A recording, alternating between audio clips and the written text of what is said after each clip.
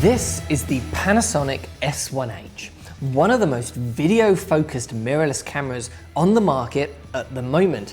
It is a feature-packed powerhouse of a camera with 10-bit 6K, dual native ISO, a stabilized sensor, and unlimited record times. Panasonic first teased this camera a few months ago now, so we already knew a few details about the camera, but people still had a lot of questions, which we're going to try and clear up in this video now that we know the complete spec. So, what is the S1H? Well, essentially, this is the video-focused entry in Panasonic's S1 lineup. Just like Sony have done for a few years now with their Alpha series of cameras, Panasonic have given us 3 choices of camera, all sitting alongside each other in the same lineup. You have the all-purpose hybrid camera, the S1, the photography flagship with more megapixels, the S1R, and this, the video-focused S1H. Now, Sony's approach with the A7S, their video-focused option, was to keep the same body, but have a sensor with lower megapixel count for better low light performance and cleaner downsampling. Panasonic have taken a very different approach, making the body of the camera itself a lot physically larger with more fans and processing power. But this means that the still side of the camera can essentially stay the same, while the video side gets a series of huge upgrades. Now, which method you prefer is obviously subjective, but personally, I think I prefer this approach overall, because despite its bigger body, the S1H is still a small camera in the video world, and the low light performance is still very good, even in 6K resolution. I would personally use the extra features that the S1H gives you more often than I would use the extreme high ISO performance of the A7S lineup, but as I say, this is very subjective.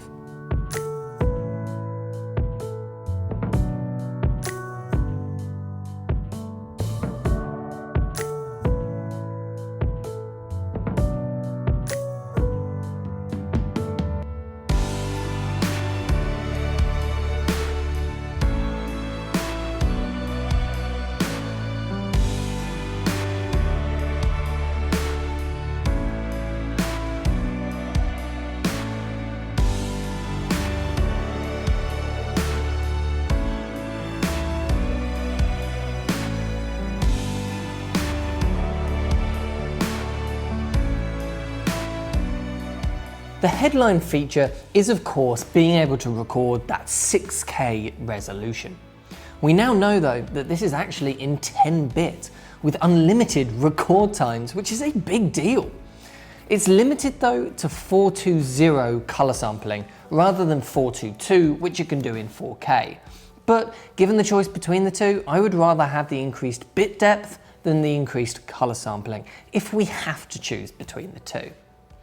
This 6K is recorded in its 200 megabits a second long GOP codec, and you can choose between 6K 3x2, 5.4K 3x2, and 5.9K 16:9 aspect ratios.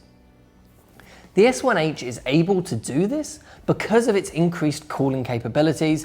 Its larger body and larger fan vents do make a big difference to what the camera is able to achieve. Having unlimited 6K 10-bit recording internally on a camera this size is pretty impressive. These 6K modes use the full size of the sensor, and you can downsample to DCI 4K, UHD, and 1080p while still using the full sensor.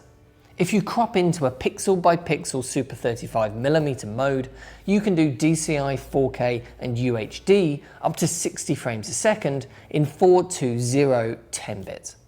You can do anamorphic 4K in 4x3 up to 50 frames a second, or 1080p up to 120 frames a second, again in 420 10-bit.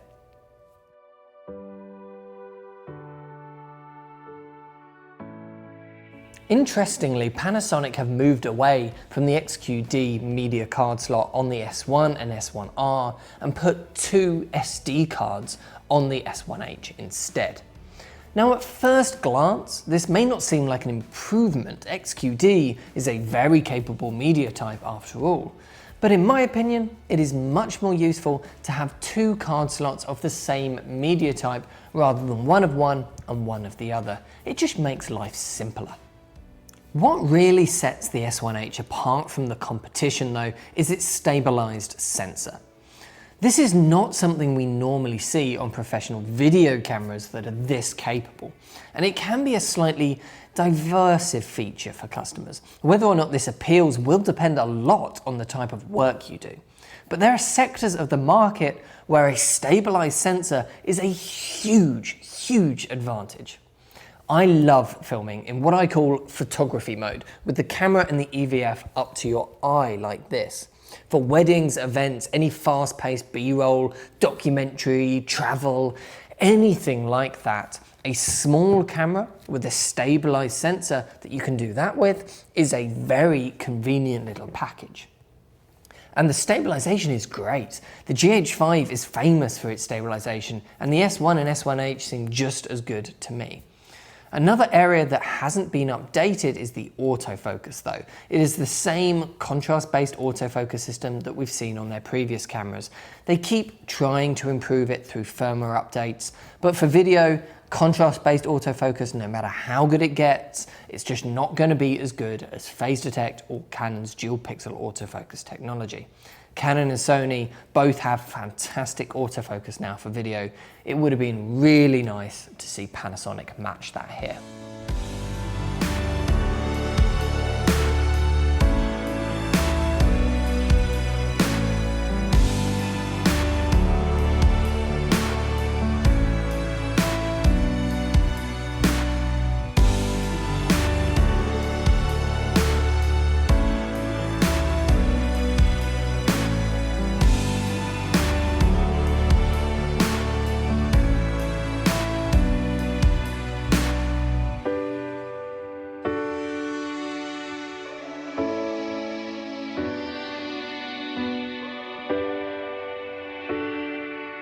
Using an external monitor, like an Atomos Ninja 5 for example, won't give you the 6K. For that, you have to be recording internally. The HDMI signal itself maxes out at 4K, but you do get 4K 422 10-bit output, even when you're in that 4K 50 or 60p mode. This is exactly the same situation as it was with the S1, so there's not a huge amount of difference there with the S1H.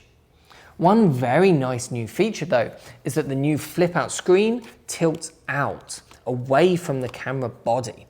This means you can use it as a tilting screen like on the S1 and the Sony A7 cameras, or you can also flip it out to the side like the GH5.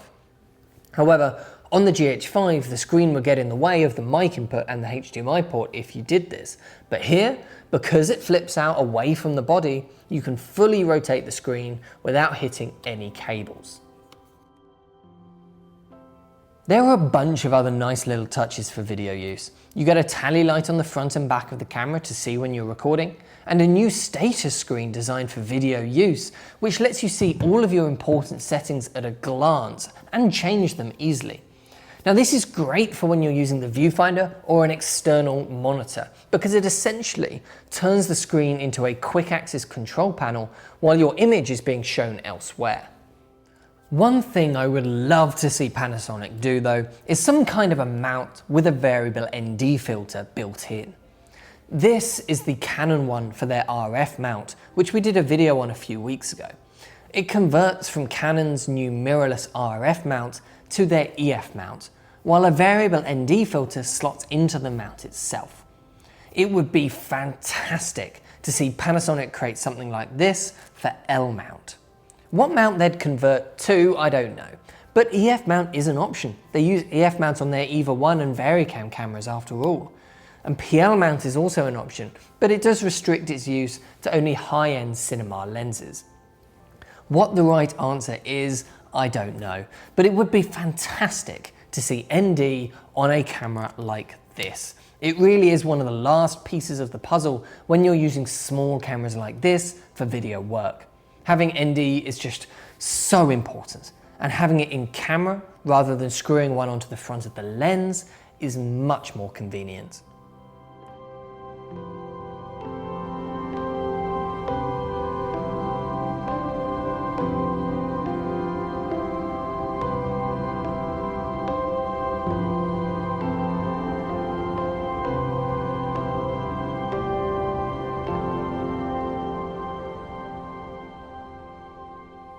overall, the S1H is a hugely powerful video camera.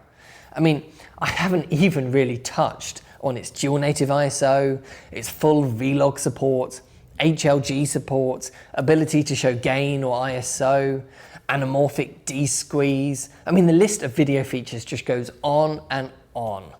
If you do fast-paced video work and a stabilized sensor will make your life easier, the S1H is pretty much the best option on the market right now.